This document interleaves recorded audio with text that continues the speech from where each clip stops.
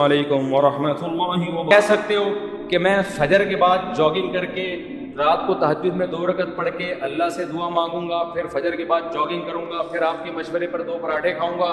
وہ کاغڑ دن 2 پراٹھے ویسے ہی کہہ رہا ہوں میں, مزہ آتا ہے کہنے میں یار, پتہ نہیں کیوں پراٹھے میں. باقی آپ جو مرضی کھاؤ, پراٹھے تو نقصان دیتے ہیں لیکن جو مرضی کھاؤ. اس کے بعد پھر میں جب یہ سارے کام کروں گا, میں دکان جاؤں گا تو میرے علاوہ کوئی بندہ شاپ پہ ہوگا ہی نہیں, تو کاروبار کیسے چلے گا صبح صبح؟ صحیح حدیث ہے, بورک لامتی فی بکورہا, اللہ نے میری امت میں صبح کے وقتوں میں برکت. یہ میری بھی روٹین خراب ہوئی ہوئی ہے, میری اپنی روٹین بھی خراب چل رہی ہے کراچی کی وجہ سے, لیکن اس کو سیٹ کرنے کی ضرورت ہے. تو صبح حدیث میں آتا ہے اللہ نے برکت رکھی ہے. اب لوگ کہتے ہیں ہم جب صبح دکان پہ بیٹھیں گے تو ہمارے علاوہ اس پوری کائنات میں کوئی بھی نہیں ہوگا, تو کسٹمر ہوگا ہی نہیں, تو کاروبار چلے گا کہاں سے؟ تو بھائی صبح اٹھنے کا مطلب ضروری نہیں کہ دکان پہ جا کے بیٹھ جائیں. صبح آپ کاروبار کی پلاننگ کرنا شروع کر دیں. آپ انٹرنیٹ پہ بیٹھ جائیں کہ یار کیا چیز پروڈکٹ مارکیٹ میں چل رہی ہے جو سستی اٹھا کے مہنگی بیچ سکتا ہوں. کاروبار کا مطلب دکان میں بیٹھنا تھوڑی ہوتا ہے, پلاننگ بھی تو کرنی ہوتی ہے نا. تو کیا ہو گیا؟ تو صبح آپ بیٹھو, جب جاگنگ کر کے پراٹھے کھاؤ, چائے شاید نہیں پی لو تو بھی غلط ہے, لیکن پی رہے ہیں تو کیا کریں. تو جب آپ بیٹھ گئے تو اس کے بعد پھر آپ کیا کرو؟ پلاننگ کرو. پلاننگ کیسے کرو؟ ایک ڈائری لو اور پین لو. دیکھو یہ انسان کی نیچر ہے, میں نے بارہا تجربہ کیا ہے. موبائل کی ڈائری میں جب آپ پلاننگ کرتے ہو آپ کا دماغ نہیں چلتا. یہ کچھ قدرت کی طرف سے یہ ہے. دماغ انسان کا جب ہی چلتا ہے جب اس کے ہاتھ میں قلم ہو. اٹھائیے نا, قرآن میں بلا وجہ نہیں اٹھا لی. میں نے دیکھا ہے کہ میں اگر کمپیوٹر پہ کچھ لکھ رہا ہوتا ہوں نا, کوئی دماغ جیسے کتاب لکھنی ہے, کوئی مضمون لکھنا ہے, زیادہ دماغ نہیں چلتا کمپوزنگ میں. ادھر آپ نے پین اٹھایا اور ڈائری اٹھا کے لکھنا شروع کیا, دماغ چلنا شروع, پھر اس کو بے شک کمپوز کرا لو بعد میں.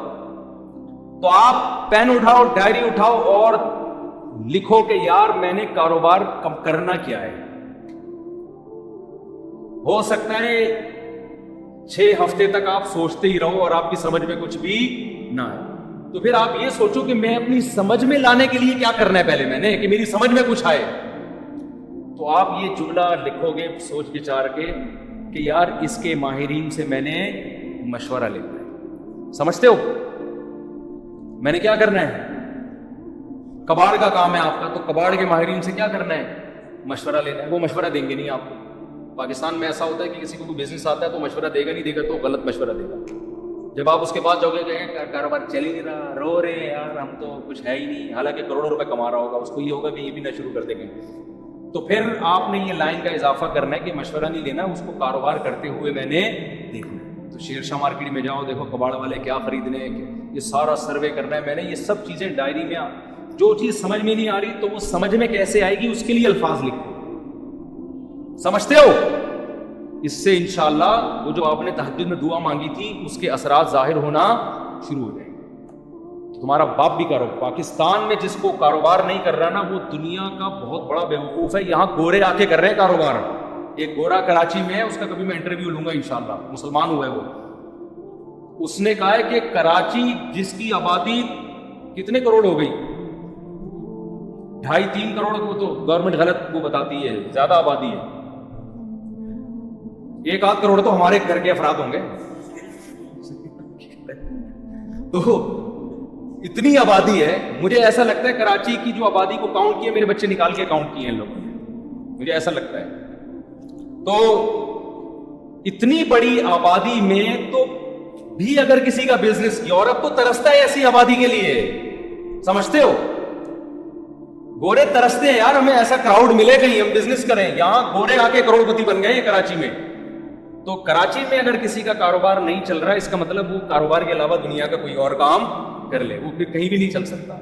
میں نے صدر میں دیکھا گرمیوں میں ایک آدمی کولر لے کے بیٹھا ہوا ہے ٹھنڈے پانی کا, لاکھوں روپے کماتا ہے اس سے, کیونکہ صدر میں پانی چاہیے ہر آدمی کو. وہ کولر لے کے بیٹھا ہوا ہے, پلا رہا ہے, لے بھی پی لے, سارا دن 5 روپے کا پتہ نہیں 10 روپے کا گلاس بیچ کے اسی سے ٹھیک ٹھاک.